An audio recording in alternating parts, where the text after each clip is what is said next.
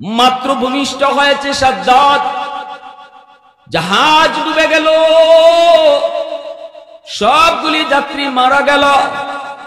আল্লাহ তার কুদরতে কাঠের উপরে মা আর শিশুটারে আল্লাহ বাঁচায় নিল। আল্লাহ যদি বাঁচাইতে চায় তাহলে কেউ তারে মারতে, জোরে কন আওয়াজ দিতে রাজি আছেন আপনারা আমার সাথে? এত বড় জালেম সাদ্দাত, আল্লাহ তার উপরে কত অনুগ্রহ করেছেন, আল্লাহ তার উপরে কত দয়া করেছেন, এরপরে কত বড় জালেম হলো। আল্লাহ তারে শেষ পর্যন্ত কেমনে ধরলেন একটু শুনবার ইচ্ছা কার কার আছে? একটু হাত তুলে আল্লাহকে দেখান। আল্লাহ তুমি প্রতিটা হাতকে কবুল করো। সবাই বলেন আমিন, আরো জোরে বলেন আমিন। কাঠের উপরে ভাসতেছে, মা সন্তানকে নিয়ে কাঠের উপরে ভাসতেছে। বাঁচাইলেন কে? আল্লাহ। এইদিকে জেলেরা নদীতে মাছ ধরার জন্য নামলো। তারা তো দেখতেছে ব্যাপার কি ব্যাপার কি। ভাইরা বন্ধুরা, হঠাৎ করে আল্লাহ পাক কয়, ও আজরাইল যাও, তাড়াতাড়ি করে যাও। ওই যে কাঠের উপরে ভাসতেছে মা আর দুধের বাচ্চা, এই মা আর দুধের বাচ্চাকে আমি আল্লাহ বাঁচায় রাখছি, তুমি যে আমার জানটা কবজ করে নিয়ে আসো। মালাকুল মউত আজরাইল অবাক হয়ে গেলেন, অবাক। দুধের বাচ্চাটা একমাত্র বাঁচার অবলম্বন হলো তার মা, দুঃখিনী মা। দুধের মার দুধ খাইতেছে। ওই অবস্থায় দুধের শিশুটা যদি মার ইন্তেকাল হয়ে যায়, মা যদি মারা যায়, তাহলে বাঁচার উপায় নাই বাচ্চাটার। মালাকুল মউত আজরাইল চিন্তায় পড়ে গেলেন, হ্যাঁ এই শিশুটার কি অবস্থা হবে? কিন্তু আমার আল্লাহর আদেশ তো শিরোধার্য, আল্লাহ যখন যা বলেন তাই তো করতে হয়। এক বিন্দু আল্লাহর আদেশ থেকে নড়ার ক্ষমতা। ইদা জাআ আজালুহুম লা ইস্তাখিরুনা সাআতাও ওয়া লা ইস্তাকদিমুন। যার যখন মরণের আদেশ চলে আসবে, একটা সেকেন্ডও আল্লাহ পাক এদিক সেদিক করবেন না।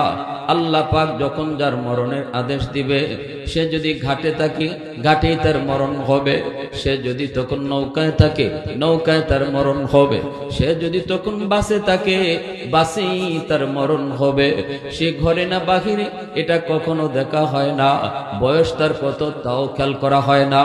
কত সন্তান বাবার আগে কবরে চলে গেল, কত নাতি দাদার আগে কবরে চলে গেল। দুনিয়া আসার সময় সিরিয়াল মেনটেন হয়, যাবার সময় কোনো সিরিয়াল মেনটেন হয় না। বাবা আগে যাবে নাকি সন্তান আগে যাবে কেউ জানে না। আসার সময় বাবা আগে আসে রে যুবক, সন্তান পরে আসে, কিন্তু যাবার সময় কে আগে যাবে কেউ জানে না, ঠিক না? মালাকুল মউত আজরাইল কে আল্লাহ তোমার আদেশ শিরোধার্য। চলে গেলেন যে আমার রূহটা কবজ করে নিয়ে আসলেন। কিন্তু মালাকুল মউত আজরাইলের ওই দিন মহিলার রূহটা কবজ করতেও মায়া লাগছে। আজরাইলের রূহ কবজ করতে কখনো মায়া লাগে না, কিন্তু ওই দিন দুধের মার রূহটা কবজ করতে আজরাইল আলাইহিস সালামেরও মায়া লাগছে। কেন মায়া লাগছে? ওই দুধের বাচ্চাটার কথা খেয়াল করে। হায় দুধের বাচ্চাটার কি হবে, এই দুধের বাচ্চাটার কি হবে, এই চিন্তা করে মায়া লাগলো। কিন্তু রূহটা তো কবজ করে নিয়ে আসলেন। এইদিকে ভাইরা বন্ধুরা, ওই দুধের বাচ্চাটাকে আল্লাহ পাক কেমনে বাঁচান, কেমনে বাঁচান, আল্লাহ কেমনে দয়া করেন, একটু মন দিয়ে শোনেন। এইদিকে কাঠের উপরে ভাসতেছে দুধের বাচ্চাটা। এবার মা নাই, মা নাই, দুধের বাচ্চা একা। পানিতে ভাসায় ভাসায় একটা জঙ্গলের কিনারায় নিয়ে আসলো। এই জঙ্গলের কিনারায় কাঠটা লাগলো, বাচ্চাটাও কিনারায় ভাসলো। আল্লাহ পাক রব্বুল আলামিন দুধের বাচ্চাটার দুধের ব্যবস্থা আল্লাহ করলেন। কেমনে করতেছেন? এর যুবক, দুধের বাচ্চার দুধের প্রয়োজন, দুধ ছাড়া তার আর কোনো কিছুই তারে বোঝ দেয়া যাবে না। আল্লাহ তারে দুধ খাওয়াবেন কেমন করে? দুধের বাচ্চা তো দুধের জন্য কান্না করে, কিন্তু দুধ পাবে কোত্থেকে? আল্লাহ পাক জঙ্গলের একটা বাঘিনীকে আল্লাহ আদেশ করলেন, যেই বাঘিনীটা বাচ্চা প্রসবের পর বাচ্চা মারা গেল, এই বাঘিনীর দুধেও দুধ, কিন্তু তার দুধ খাওয়ার বাচ্চা নাই, বাচ্চা মারা গেছে। বাঘিনীটাও বড় কষ্টে আছে। আল্লাহ পাকের আদেশ, আল্লাহ পাকের ইশারা, নদীর কিনারায় তুমি চলে যাও। একটা দুধের বাচ্চা পানির কিনারায় এসে দুধের জন্য কান্না করে। আমি আল্লাহর আদেশ, আমি আল্লাহর আদেশ, তুমি বাঘিনী যায়া তাকে দুধ পান করাও। একটু জোরে কন্যা সুবহানাল্লাহ, আর একটু জোরে কন্যা সুবহানাল্লাহ। আল্লাহ চাইলে আল্লাহ পারে কি পারে না? আল্লাহ চাইলে পারে কি পারে না? সব ক্ষমতার মালিককে নাকি জনগণ? এই যুবক আওয়াজ দিয়ে বলো, সকল ক্ষমতার মালিককে? আরো জোরে বলো কে? সকল ক্ষমতার মালিক জনগণ যারা কয় এরা শিরিক করলো, ঠিক কিনা? জোরে বলো। সকল ক্ষমতার মালিক জনগণ নয়, মালিক কে? এক কথা, ঈমান যাবে না, ঈমান চলে যাবে। রাজনীতি করো করো, ঈমান হারায়ও না, ঠিক কিনা? আমার রাজনীতি যতক্ষণ ইসলাম মানবে, নেতা মানবো ততক্ষণ যতক্ষণ কোরআন মানবে, দল করব যতক্ষণ আল্লাহ রসুল মানবে। যেদিন থেকে আমার নেতা আল্লাহ মানবে না, ওই দিন থেকে নেতা মানি না। যেদিন থেকে আমার দল কোরআনের বিরুদ্ধে কথা বলবে, সেদিন থেকে দল করি না। এর নাম হলো মুসলমান। কারণ কেউ এই দোয়া করে না আল্লাহর কাছে, আল্লাহ আমি যে দল করি এই দল নিয়ে যেন কবরে যাইতে পারি। এই দোয়া কেউ নামাজে করে? নামাজে দোয়া করে আল্লাহ মরণ যেন আমার ঈমানের হালে হয়। সবাই চায় যেন আমার কবরে ঈমান সাথে যায়। এজন্য আমার ভাইরা, বন্ধুরা, যুবক, ওই বাচ্চাটারে আল্লাহ পাক বাঘিনীর দুধ খাওয়াইলেন। এই দিকে দেখা গেল একটা জেলে নদীর কিনারা দিয়ে আসতেছে। নজরে পড়ে গেল কাঠের উপরে একটা সুন্দর বালুক। দেখা মাত্রই তার বড় মায়া লাগলো, কুলে উঠায় নিয়ে গেল। আর মনে মনে ভাবতেছে হয়তো কোনো জাহাজ ডুবছে সাগরে, আর এই দুধের বাচ্চাটারে আল্লাহ পাক বাঁচায় নিছে। এর আল্লাহর গোলাম, আল্লাহ চাইলে কেমনে বাঁচায় একটু শুনেন। ভাইরা, বন্ধুরা, ওই যে সিডর হয়েছিল বরিশাল অঞ্চলে এক সময়, আপনাদের মনে আসেনি? হ্যাঁ, অনেক লোক মারা গেছিল, অনেক। আমরা ঢাকা থেকে গিয়েছিলাম, উলামায়ে কেরাম আমরা গিয়েছিলাম, আমিও গিয়েছিলাম। গেলাম বরগুনা পাথরঘাটা। সেখানে যে আমি সব কিছু দেখতেছি। ওই অবস্থায় মানুষদেরকে টাকা দিচ্ছি বাড়িঘর। আমাকে তারা দেখাইতেছে, হুজুর এই জায়গায় একটা ঘর ছিল, বাড়ি ছিল, দেখেন ভিটাটা পর্যন্ত নাই, কোনো কিছুর অস্তিত্ব পর্যন্ত নাই, কোনো কিছুর অস্তিত্ব নাই। এইভাবে দেখাইতেছে, চোখের পানিটাও আমার চোখ দিয়ে পড়ছে। একজন আয় তো কয়, হুজুর এর ফ্যামিলিতে ছিল 10 জন, আছে শুধু 2 জন, 8 জন নাই। অমুক ফ্যামিলিতে আসছিল 5 জন, আছে শুধু 1 জন, 4 জন নাই। এইভাবে আসতেছি আর টাকা দিতেছি, মনটা ভারাক্রান্ত। ওই অবস্থায় কিছু মানুষ একটা মেয়েকে নিয়ে আসলো, 7 বছরের একটা মেয়েকে নিয়ে আসলো, নাম হলো সুমি। পত্রিকায়ও মেয়েটার ছবি আসছে। সুমিকে আমার পাশে আনা হলো। ওই হুজুর তাকায় দেখেন 7 বছরের এই মেয়ে সুমি। এই সুমিটাকে আমরা পানি চলে যাওয়ার পর তালগাছের উপরে তারে পাইছি। কিসে পাইছে জোরে বলে? আমরা যাইতেছি, হাঁটতেছি, আর শুনতেছি একটা বাচ্চার কান্নার আওয়াজ। কোথা থেকে কান্নার আওয়াজ? গভীরভাবে ফলো করার পর বুঝতে পেলাম তালগাছের উপরে থেকে কান্নার আওয়াজ। তখন তালগাছে উঠা হলো, ওইটা একজন আমরা পাইলো তালগাছের পাতাগুলির ঝুপড়ির মধ্যে এই বাচ্চাটারে আল্লাহ বাঁচায় রাখছে। অথচ তার মা, তার বাবা, তার ভাই, তার বোন কেউ জীবিত নাই, সবাই মারা গেল। এই বাচ্চাটা সাঁতারও জানতো না। আল্লাহ পাক রব্বুল আলামিন তার কুদরতে বাঁচাইলো। এজন্য বলি, আল্লাহ যদি বাঁচাইতে চায় কেউ তারে মারতে পারে না, আর আল্লাহ যদি কাউকে ধরে কেউ তারে সারাইতে পারে না। এই বাচ্চাটারে কুলে উঠে নিয়ে গেল। কে নিল? কয়েকটা মাঝি। কে নিল? কয়েকটা মাঝি। নদীতে মাছ ধরে এইভাবেই চলে এক এলাকার মানুষ। ওই এলাকার মানুষ সবাই তারা এইভাবে মাছ শিকার করে করে চলে। একটা গোত্র আছে তাদের, এখানে নিয়ে বাচ্চাটার হাজির হয়ে গোত্র প্রধান যে ছিল তার কাছে নিয়ে বলল, উস্তাদ, এই বাচ্চাটারে আমি নদীর কিনারায় পেয়েছি, মনে হয় কোন জাহাজ ডুবে সবাই মারা গেছে, বাচ্চাটার মাও হয়তো মারা গেছে। তোদের বাচ্চাটা বড় সুন্দর, চেহারাটা বড় মায়া লাগছে, আমি তুলে নিয়ে এসেছি। এখন কি করে এবার বলেন? গোত্রের সর্দার যে ছিল সে কয়, আমার তো কোনো সন্তান নাই, এই সন্তানটারে তুই আমাকে দিয়ে দে, আমি তারে লালন পালন করব, আমি তারে বড় করব। দিয়ে দিল গোত্র প্রধানকে। এইবার গোত্র প্রধান তারে পালতে লাগলো। আস্তে আস্তে বাচ্চাটা খেলাধুলার বয়স হলো, চতুর্দিকেই তার সুনাম, সুন্দর সুন্দর চেহারাটা বড় সুন্দর, ব্রেইনও তার অনেক ভালো, আদব আখলাকও বড় ভালো। সবাই তারে মায়া করে, সবাই তারে আদর করে। খেলার মাঠে গেল, খেলাধুলা করতেছে। ওই অবস্থায় সবাই দেখে খেলার মাঠের পাড় দিয়া বিশাল একটা সৈন্য বাহিনী যায়, বিশাল বড় একটা বাহিনী যাইতেছে। সবগুলি বাচ্চা ভয়ে তারা পালায় গেল, কিন্তু এই বাচ্চাটা গেল না, কারণ তার সাহস বড় বেশি, অনেক সাহস, অনেক সাহস। সে তাকায়া তাকায়া সৈন্য বাহিনী যাওয়ার যাত্রা দেখতেছে, দৃশ্য দেখতেছে। সেনাবাহিনীও তাকায় রইছে, সবাই ভয়ে ভয়ে চলে গেল। কিন্তু এই বাচ্চাটা কত বড় দুঃসাহস, সে তো গেল না, সে তাকায় তাকায় আমাগরে দেখতেছে। এইভাবেই ও দেখতেছে, সেনাবাহিনীও দেখতেছে। ওই সেনাবাহিনীর মধ্যে ছিল একজন কানা মানুষ, অন্ধ মানুষ, অন্ধ মানুষ ছিল একজন অন্ধ সেনা। সবাই তারা মনে মনে একটা জিনিস খুঁজতেছে, ওই এই এলাকার জঙ্গলের মধ্যে নাকি একটা গাইবি কোনো একটা এরকম সুরমা পাওয়া যায়, ওই সুরমা যদি চোখে লাগানো হয় অন্ধ মানুষ ভালো হয়ে যায়। সুরমাটা তারা খুঁজতেছে, খুঁজতেছে সুরমাটা, কারো পায়ে লেগে সুরমাটা পেয়ে গেল তারা। কিন্তু সেই সুরমা চোখে দেওয়ার আগেই সেনাবাহিনী কয়, এটা ভালো সুরমা নাকি এর ভিতরে কোনো বিষ মিশানো, এটা আগে পরীক্ষা করো, তারপরে চোখে লাগাও। যদি লাগাই বা ভালো নিয়তে, যদি ক্ষতি হয়ে যায় আগে একটু পরীক্ষা করে নাও। কেমনে পরীক্ষা করব? ওই পোলাটারে আনো, ওই বাচ্চাটারে আনো, ওর অনেক সাহস দেখো দাঁড়ায় রইছে, ওরই আনো। ডাক দিয়া তারা আনছে, আইনা বলতেছে, বাবা এখানে বসো।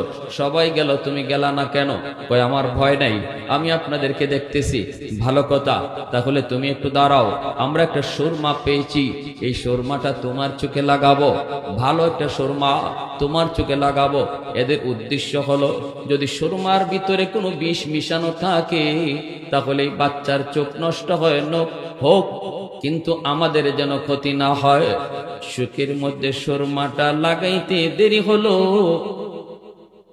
কিন্তু এই বাচ্চার চোখের সামনে অদৃশ্য জিনিস ভাসতে দেরি হলো না। ওরা মনে করছিল বিষ টিস মিশানো।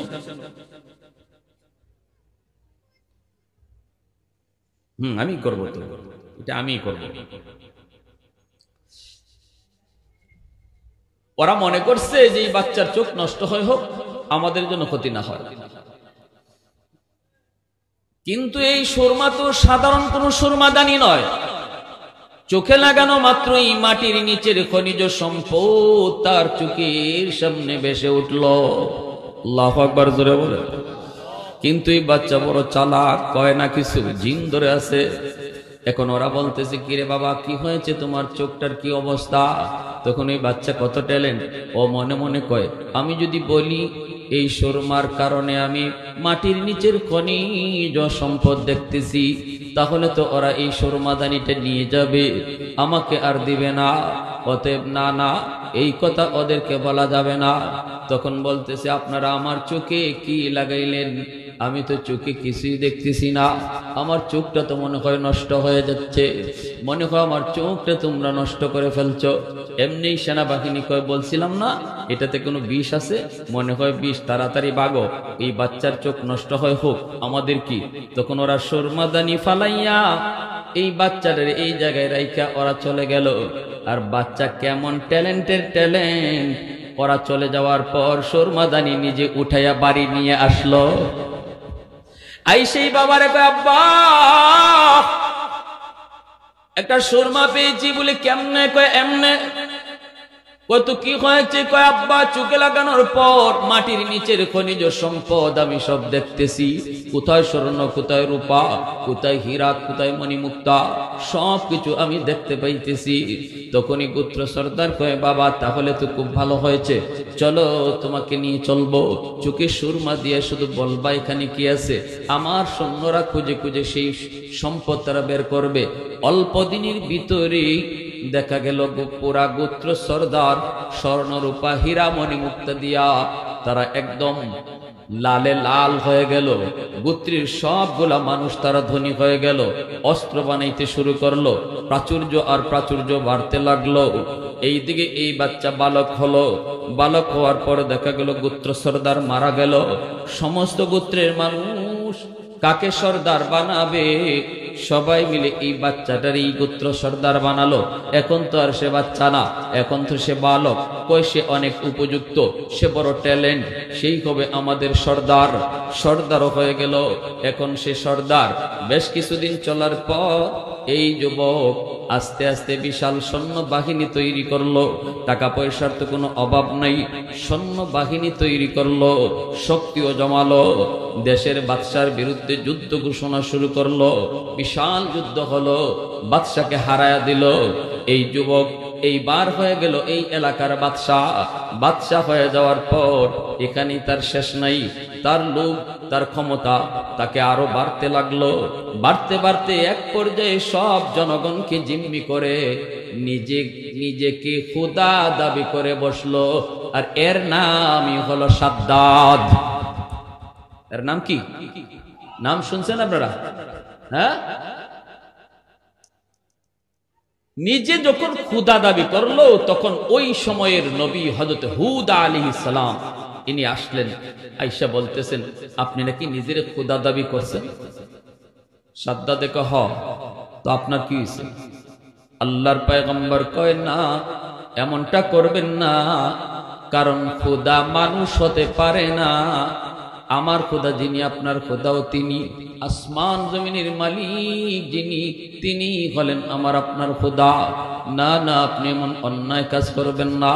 আল্লাহ পাক সেটা ধৈর্য, আল্লাহ পাক কখনো সেটা মেনে নিবে না। আযাব আসবে, গজব আসবে, পাকড়াও হবে, এমনটা আপনি করবেন না। আপনি আল্লাহকে মানেন। সাদ্দাত কয়, আমি যদি তোমার আল্লাহকে মানি তাহলে লাভ কি, আর না মানলে ক্ষতি কি? হুদ আলাইহিস সালাম কয়, যদি মানেন তাহলে আল্লাহ আপনাকে জান্নাত দিবেন, যদি না মানেন আল্লাহ আপনাকে জাহান্নামে ফালাবেন। সাদ্দাত কয়, জান্নাতটা কেমন একটু কও শুনি। তখনই আল্লাহর পয়গম্বর কয়, আদাতুল ইবাদিয়াস সালিহিন মা লা আইনুন রাআত ওয়ালা উযুনুন সামিআত ওয়ালা খাতারা আলা কলবি বাশার। জান্নাত আল্লাহ পাক এমন এক জান্নাত আল্লাহ বানাইছেন, জান্নাতের সুখ শান্তি কোনোদিন আমাদের চোখ দেখে নাই, আমাদের কান কোনোদিন শুনে নাই, আমাদের অন্তরে কোনোদিন কল্পনাও করে নাই। এত আরাম আল্লাহ জান্নাতের মধ্যে রেখে দিয়েছেন। এক একটা ইট স্বর্ণের, একটা ইট রূপার, হীরামণি মুক্তা, সব কিছু দিয়ে আল্লাহ সাজাইছেন। হুর গিলমান দিয়ে আল্লাহ জান্নাত সাজায় রাখছেন। যখনই এইভাবে পয়গম্বর তাকে বুঝাইলেন, সাদ্দাত বড় অহংকারী, সে বলে, আমিও এমন একটা জান্নাত বানাবো। আল্লাহ যদি বেহেশত দিতে পারে তো আমি তোমার আল্লাহর বেহেশত কেন নিব? আমি নিজেই বেহেশত বানাবো। নাউজুবিল্লাহ, জোরে কোন, আরো জোরে কোন, নাউজুবিল্লাহ। আমি তোমার আল্লাহর দেওয়া বেহেশতে কেন যাব? আমি আমার নিজের বেহেশতই বানাবো। উলামায়ে কেরাম সরকারকে বুঝায়, কখনো বুঝ নেয়, কখনো নেয় না। উলামায়ে কেরামের দায়িত্ব বুঝ দেওয়া, কথা শোনায় দেওয়া, কোনটা ভালো কোনটা খারাপ, কোনটা কল্যাণ কোনটা অকল্যাণ, কে মানবে কে মানবে না, এটা আলেমদের দায়িত্ব না। এটা ফয়সালা হবে কার সাথে? জোরে বলেন। আল্লাহর সাথে। উলামায়ে কেরামের দায়িত্ব এই নয় যে মানুষকে পিটাইয়া নামাজি বানানো, এটা আলেমদের দায়িত্ব নয়। এই দায়িত্ব আল্লাহ নবীকেও দেয় নাই। আল্লাহ পাক বলে লাস্তা আলাইহিম বিমুসাইতির, বন্ধু আপনি দারোগা না, আমি আপনাকে দারোগা বানায় পাঠাই নাই, আমি আপনারে পাঠাইছি ওদেরকে শুনান যে কি করলে জান্নাতে যাওয়া যায় আর কোন কাম করলে জাহান্নামী হতে হয়, এটা শুনায় আপনি চলে যান, আপনার ডিউটি শেষ। ওয়ামা আলাইনা ইল্লাল বালাগ। কেউ যদি নামাই না আমি আল্লাহকে বুঝ দিতে পারে, এটা তার ব্যাপার, আমার ব্যাপার, বাকি এর বেশি আপনার কিছু বলার দরকার নাই। উলামায়ে কেরাম সাধারণ মানুষকে এই কথা বলে, সরকারকে এই কথা বলে, বিরোধী দলকে এই কথা বলে। উলামায়ে কেরাম সবার বন্ধু, কারো দুশমন নয়। কখনো কখনো সরকার আলেমদের বুঝটাকে খারাপ মনে করে, উল্টা মনে করে, আলেমদের বিরুদ্ধে অ্যাকশনে চলে যায়, অথচ আলেমরা তার ভালোর জন্যই বলেছিল। হুদ আলাইহিস সালাম সাদ্দাতকে তার ভালোর জন্য বলেছিলেন আল্লাহকে মানো, কখনো নিজে খোদা দাবি করো না, কিন্তু উনার বুঝ সে মানে নাই, না মাইনা সে ভুল পথে হাঁটছে, পরিণামে আল্লাহর পাকড়াওর শিকার হয়েছে, ঠিক কি না? আমরাও দেখি এই জমানাতেও যারাই আলেমদের কথা মানবে না, আলেমদেরকে ভুল মনে করবে, তাদের ধরাও ঠিক এবং ধরা আসেও, ধরা খাইতেছেও, ঠিক কি না? একদিন দুদিনের বিষয় নয় এটা। মাছ মারার জন্য বড়শি ফেলাইছে, আর একটা নতুন মাছ সেই বড়শির কিনারায় আধার খাওয়ার জন্য ঘুরতেছে। একটা পুরাতন মাছে আইসা বলতেছে, ভাই রে এটা তোর আধার না, এটা তোর জম। জম জম বুঝেননি আপনারা? জম করেননি? সিলেটে জম কয়, জম মানে মরণ আর কি। যে এটা তোর আধার না, এটা কিন্তু তোর জম, এটা খাবি না, এটা তোর খানা না। এটার ভিতরে একটা বড়শি আছে বাঁকা, এই বড়শিটা দেখা যায় না, আবার বড়শির সাথে একটা সুতা লাগানো আছে, পানির উপরে একটা চুটকাটি আছে, এই চুটকাটিটা তুই খানা মুখে দিলেই লড়বে, আর ওই চুটকাটির সাথে একটা তুরা লাগানো আছে। পারের একজন লোক বসা শিকারী, শিকারী টের পাবে যখনই তুই আধারে মুখ দিবে, তখন ও শিকার করার জন্য প্রস্তুতি নিবে। তুই এটাকে আধার মনে করে খাবি, আর ওই ভিতরে যে একটা বড়শি আছে বাঁকা, এটা তোর ওই গলার দিকে লাগবে, আর ওই উপরে চুটকারিটা পানির নিচে তখন ঢুকে যাবে। শিকারী বুঝে যাবে তুই মুখে নিয়ে দৌড় দিস, তখনই তোর এসকা একটা টান দিবে, এই টান দিয়েই তোর গলার একদম গলার ফাতারে এরকম ভাবে লাগবে বড়শিটা, আর টান দিয়ে তোর উপরে উঠে নিয়ে যাবে। তারপরে তোরে জাতা দিয়ে ধরবে, ধইরা বাড়িতে নিবে, নিয়ে তার বিবি সাহেব একটা বাঁকা এরকম ভাবে, আপনারা দাও কন্যা দাও কি কন এটা রে, বটি, বটি, এই বটি নিয়ে তার বউ কিন্তু বসা, আবার সালিও রাখছে। সালি, তোর শরীরটা তো পিছলা, সালি দিয়া তোর এই পিছলাটারে মজাবে, তারপরে এই বটির উপরে উঠাইয়া পরিবারের সদস্য যে কজন আছে এতটা পিস করবে, তারপর তোর তেল দিয়ে ভাজবে, 32টা দাঁত দিয়ে চাবায়া খাবে, এরপরে তোর পরিণাম হবে। এই কথা কইয়েই পুরাতন মাস্টার বলতেছে, ভাই তুই খাবি না, আমি দুদিন আগে তোর দুনিয়ায় আসছি, অভিজ্ঞতা একটু বেশি, এটা তোর আধার না, এটা তোর জম। কই ঠিক আছে ভাই, আপনি একটা ভালো উপকার করছেন। এই কথা কইয়া উনি চইলা গেছে, উনি উনার কাজ চইলা গেছে, কারণ উনার কাজই ছিল এতটুকু, দাঁড়ায় থাকা তার কাজ নয়, উনার কাজই ছিল এতটুকু, বলে যাওয়া নামাজ পড়ো জান্নাত পাবে, নামাজ পড়ো না জাহান্নামী হবে, এতটুকু বইলা একজন আলেম আপনার ঘরে বসা থাকবে না, সে তার ডিউটিতে চলে যাবে। এবার আপনি নামাজ না পড়া আল্লাহকে বুঝ দিতে পারলে আপনি দিয়ে দেন, আমাদের কি অসুবিধা নাই। আর যদি ধরা খান তো আমার কি, আপনি ধরা খাবেন, আমার ডিউটি আমি পালন করলাম। বড় মাছটা চলে গেল, নতুন মাছটা এবার আধারের চতুর্দিকে ঘুরে আর কয়, কোথায়, আমি তো কোনো বড়শি দেখি না, হায় হায় আমাকে মনে হয় ধোঁকা দেওয়া হচ্ছে। আধারের ভিতরে যে বড়শি আছে, বাঁকা বড়শি, এটা কি শিকারী দেখায় রাখে? হ্যাঁ, এটা লুকানো থাকে না, মাছে তো এটা দেখে না, লুকানো থাকে। তো নতুন মাছটা ঘুরে আর কয়, মনে হয় আমাকে ধোঁকা দেওয়া হচ্ছে, আসলে আমি চলে গেলে পরে উনি আইসা মনে হয় খানাটা খাবে, এই আধারটা খাবে। তো উপরেও তাকায়, দেখে যে না, উপরেও কোনো মানুষ দেখা যায় না, কোনো শিকারীও দেখা যায় না। তখন সে ওভার শিওর হলো যে না, আসলে এটা আমার একটা ধোঁকা, আসলে ধোঁকা, আমাকে এখান থেকে সরাইয়া বড় ভাই এসে খানাটা খাবে, আমি খেতে দেব না, আমি খাবো। কইয়েই সে আধারটা নিজেই খাইল। বলুন তো, খাওয়ার পরে তার গলায় লাগলো নি? বর্ষি লাগছে তো, উপর থেকে টান দিছে তো, পারে উঠাইছে তো, ধরতেছে তো, ধরছে তো, ঘরে নিছে তো, বটিতে উঠছে তো। তখন কয়, হায় আমি যা বুঝেছিলাম সব ভুল বুঝেছি, হুজুর যা বলেছিল ঠিক বলেছিল, ঠিক না? আমাকে আরেকবার সুযোগ তোমরা দাও, আর আমি এই আধার খাবো না, আর খাবো না, আমাকে আরেকটা বার সুযোগ দাও। কোন শিকারী আর সুযোগ দিবে? মাছটা নাড়াচাড়া করে লাফালাফি করে এই কথাই কিন্তু বলে, আর খাবো না, আমাকে একটা বার সুযোগ দাও, আর খাবো না, আর খাবো না, একটা বার সুযোগ দাও। দেয় দেয় ভাইরা বন্ধুরা, হুদ আলাইহিস সালাম তখন বারবার তারে বললেন, কিন্তু বুঝে মানল না। সাদ্দাত সে তার অহংকারী মনোভাব নিয়ে সে জান্নাত বানাবে, বেহেশত বানাবে, দুজক সে বানাবে, বানায় ফেললো বেহেশত, দুজক বানায় ফেললো। বানালো অনেক দিন লাগাত, বৎসরের পর বৎসর লাগায় সে বেহেশত বানালো। ভাইরা বন্ধুরা, এরপরে তার সেই স্বপ্নের বেহেশতে সে ঢুকবে। মনের ভিতরে কত স্বপ্ন, কত আশা নিয়ে সে বেহেশতে ঢুকবে। চললো চললো বেহেশত দেখার জন্য, মনের মাধুরী দিয়ে বানানো হলো। কোনো ইট তার স্বর্ণের, কোনোটা ইট রূপার, কোনোটা হীরা মণিমুক্তা জৌহরের। যেই মাত্র জান্নাত দেখার জন্য বেহেশতের কিনারায় চলে আসলো, এমনি সাদ্দাত দেখে তার ঘোড়ার সামনে একজন অপরিচিত মানুষ তার ঘোড়াটা আটকায় দিল। রাস্তা পার হতে দেয় না, সামনে যেতে দেয় না। বিশাল সৈন্যবহর, সবাই সরে যায়, কিন্তু ওই অপরিচিত মানুষটা সে তো সরে না, সে তার সামনে যেতে দিবে না। সাদ্দাত কয়, কে তুমি? তখনই মানুষটাই কয়, তুমি নামো, ঘোড়ার পিঠ থেকে তুমি নামো, তোমার সাথে কানে কানে কিছু কথা আছে। কয়, এত বড় সাহস তোমার, আমাকে চিনুনি? অপরিচিত মানুষটা, মুসাফির মানুষটাই কয়, চিনতে হবে না, তুমি একটু ঘোড়া থেকে নামো, আমি তোমাকে ভালো করে চিনি, কিন্তু তুমি আমাকে চিনো না, ঠিক না? ঘোড়ার পিঠ থেকে সাদ্দাত নামলো। কানে কানে যাওয়া মাত্রই অপরিচিত মুসাফির কানে কাছে আইসা তখন ডাক দিয়া বলতেছে, বাদশাহ আমাকে তুমি চিনোনি? আমি হলাম মালাকুল মউত আজরাইল। আল্লাহ আমাকে পাঠাইছে তোমার জান কবজ করার জন্য, তুমি প্রস্তুতি নাও। সাদ্দাত অসুন্দরে গেল।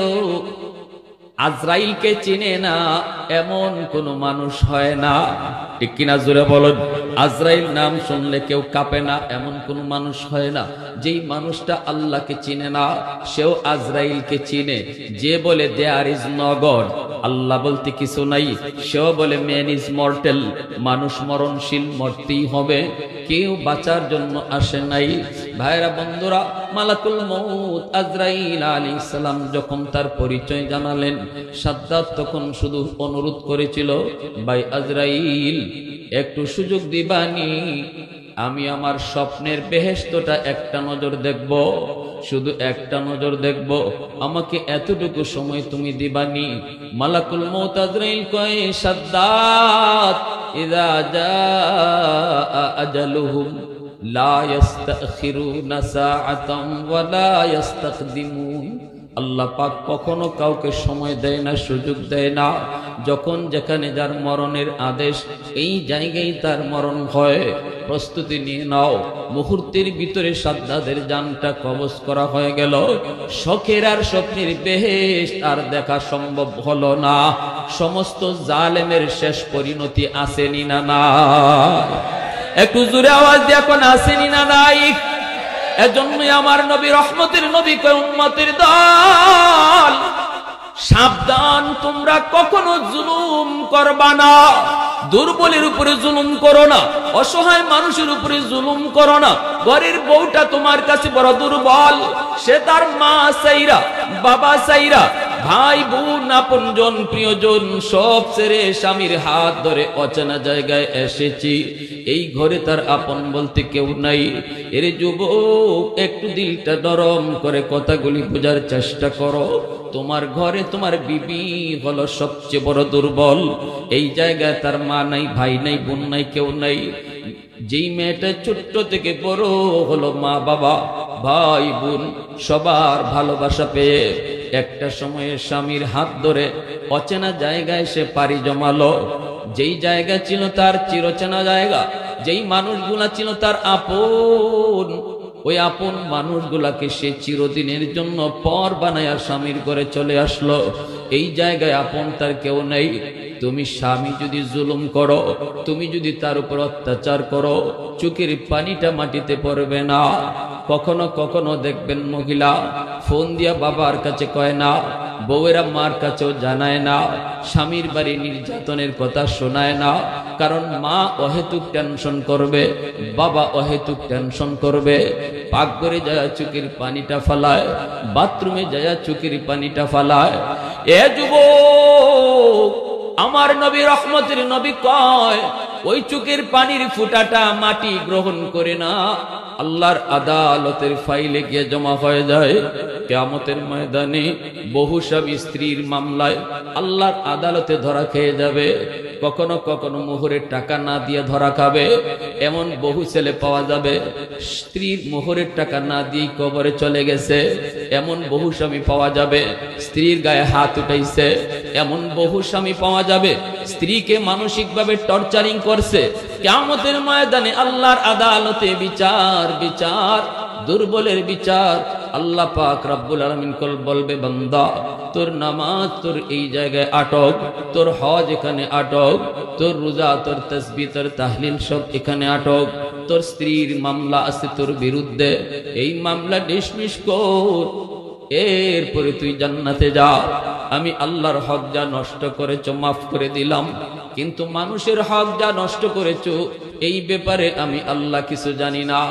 ওই দিন আপনি স্ত্রীর কাছে মাফ চাইবেন, কিন্তু স্ত্রী আপনাকে মাফ দিবে না। কারণ হাসরের ময়দান কেউ কাউকে মাফ দেয় না। ঠিক কিনা জোরে কও?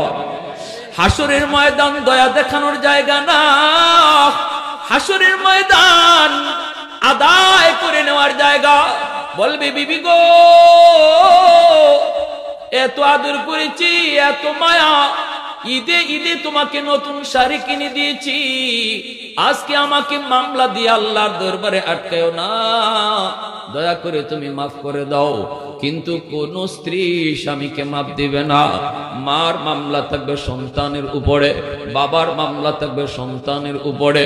সন্তান মার কাছে হাত জোর করে মাপ চাবে, বিন্দু পরিমাণ মায়া সন্তানকে দেখাবে না। যেই মা দুনিয়াতে কেউ যদি তার সন্তানকে মারতে আসতো, মা আগে দাঁড়ায় বলতো, আমাকে তোরা হত্যা কর, কিন্তু আমার সন্তানের গায়ে তোমরা টাচ করবা না। ওই মা ও কিয়ামতের ময়দানে সন্তানকে বিন্দু পরিমাণ মায়া দেখাবে না। আমার ভাইরা বন্ধুরা, জন্য বলছিলাম যুবক, মানুষের হক বড় খতরনাক, বড় সঙ্গীন। নামাজ তোমার আটক, রোজা তোমার আটক, হজ তোমার আটক। এজন্যই তো আমার নবী রহমতের নবী মরজে মউতের আগে নবীজি মসজিদে নববীতে এলান করেন, সাহাবীরা কোন দিন জানি আমার মরণের ডাক চলে আসে, এর আগে আমি তোমাদের কাছ থেকে মাপ নিতে চাই। যদি আমি কারো হক নষ্ট করে থাকি, আমি যদি কাউকে কষ্ট দিয়ে থাকি, আমি নবী তোমাদেরকে আবদার করি, আদায় করে নাও, আদায়। মরণের পরে আল্লাহর আদালতে মামলা দিও না। নবীজি যেই মাত্র মসজিদে নববীতে বললেন, আমার কাছে কারো কোনো পাওনা আসেনি একটু বলো, সাথে সাথে একজন সাহাবী দাঁড়ায় বলেন, ইয়া রাসূলুল্লাহ, আমার পাওনা আছে, আমার পাওনা আছে। নবীজি বলেন, কি পাওনা তুমি বলো।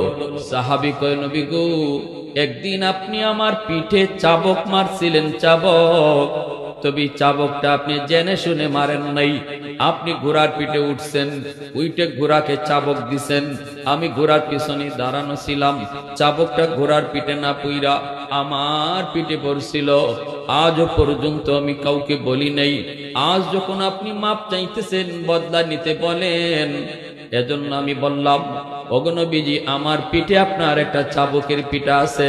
আল্লাহর নবী কয়, তুমি বদলা নিতে চাও, বদলা নিয়ে নাও, দ্রুত আমার কাছ থেকে বদলা নিয়ে নাও, দ্রুত আমার কাছ থেকে বদলা নিয়ে নাও। আমি নবী কারো হক নিয়ে কবরে যেতে চাই না, এটা আল্লাহ কখনো মাফ দেয় না। নামাজ এক ওয়াক্ত কাজা হয়েছে, আল্লাহ চাইলে মাফ করে দিবে, কিন্তু কোনো মানুষের হক নষ্ট করে কেউ কোনোদিন মাফ পাবে না। সাহাবী কয় ইয়া রাসূলুল্লাহ আমি বদলা নিব। আল্লাহু আকবার জোরে কোন। মসজিদে নববীতে কান্নার রুল পড়ে গেল। সমস্ত সাহাবায়ে কেরাম অবাক অবাক, সবাই তো অবাক হয়ে তাকায় রইলেন। আবু বকর সিদ্দিক দৌড় দিয়ে আসলেন, আয়েশা সাহাবীকে বুকে জড়ায়া কান্না করে কয়, ভাইরে তুই কি বলো, আমার নবীকে তুই চাবুক মারবি? কয় হ আমি চাবুক মারবো। আবু বকর কয় না না এমন করবি না, আমি আবু বকরের পিঠে তুই একটা না দুইটা না 100টা চাবুক মার, তবু আমার রহমতের নবীর গায়ে হাত উঠাবি না। আল্লাহ নবী কয় আবু বকর রাস্তা ছেড়ে দাও, তাকে সামনে আসতে দাও। দুনিয়ার জমিনে পিঠে চাবুক নেওয়া ভালো, কিন্তু আল্লাহর আদালতে চাবুক নেওয়া ভালো না। দুনিয়ার আদালতে মাপ নিয়ে নেওয়া বুদ্ধিমানের কাম, আল্লাহর আদালতে মামলা নিয়ে হাজির হওয়া বোকার কাম। বোকা মানুষ এমন কাম করে, বুদ্ধিমান কখনো এমন করে না। আবু বকর তুমি তারে রাস্তা ছেড়ে দাও। সাথে সাথে হযরত উমর দৌড় দিয়ে গিয়ে তারে জড়ায় ধরলেন। জড়ায় ধরে বলতেছেন, ভাই তোর পায়ে ধরে আমি মাপ চাই, ভাই তোর পা ধরে মাপ চাই। আমার নবীর গায়ে তুই হাত উঠাবি না, আমার নবীর গায়ে হাত উঠাবি না। আমি উমর এত শক্ত দিলের মানুষ, আমি কান্না করতেছি, দেখ একটু তাকে দেখ। আমি উমর আমার পিঠটা তোর সামনে খুলে দিলাম, যত পারো মারো, যত পারো চাবুক দাও, তবু আমার রহমতের নবী, যেই নবীর পিঠে মশা বয় না, মাছি বয় না, আমার ওই নবীর পিঠে তুই চাবুক দিবি না। তখন আমার নবী কয় উমর রাস্তা ছাড়ো, তার সামনে আসতে দাও। একটু জোরে কোন আল্লাহু আকবার, আর একটু জোরে কোন আল্লাহু আকবার। কৌনৈন মুখতার খুদা তুমকো বানায়া, कौनैन मुख्तार खुदा तुमको बनाया, उम्मत का निगाहबान खुदा तुमको बनाया, उम्मत का निगाहबान खुदा तुमको बनाया।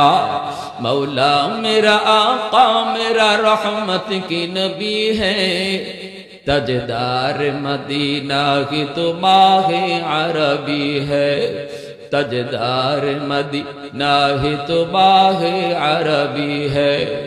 নবীজি কয় না রে ওমর, কেউ তারে বাধা দিও না, বাধা দিও না, আমি আমার উম্মতকে মরণের আগে শিখায় যাইতেছি। জোরে কোন সুবহানাল্লাহ।